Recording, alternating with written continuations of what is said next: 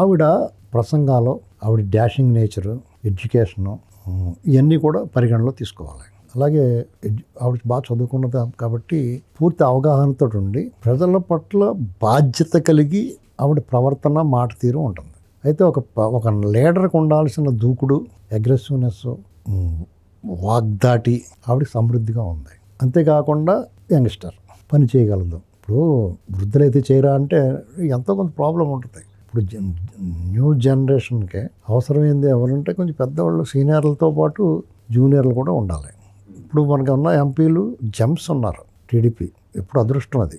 రామ్మోహన్ రెడ్డి గారైనా, పెంసాని చంద్రశేఖర్ గారు, కృష్ణదేవరాయలు గారైనా, పుట్టా మహేష్ కుమార్ అయినా, ఇలాగా మీకు యూత్ కలిసిటప్పల నాయుడు ఇలాంటి వాళ్ళందరూ అసలు మీకు చాలా ఇప్పుడు కేసీఆర్ చిన్ని కూడా అతను బయట విమర్శలు అలాగున్నా ఆయన పని ఆయన యాక్టివ్గా బ్రహ్మాండంగా పని. ఏమండి ఇది మనం గమనించుకోవాలి. చూస్తున్నప్పుడు ఇప్పుడు ఆయన భరత్ గారు వైజాగ్లో, మన ఎంపీలు చూడండి, అందరూ మన ఎంపీలు అలాగే ఉన్నారు. అంతా కూడా తెలుగుదేశం పార్టీకి ఈసారి మాత్రం ఎంపీలు కూర్పు అదిరిపోయింది.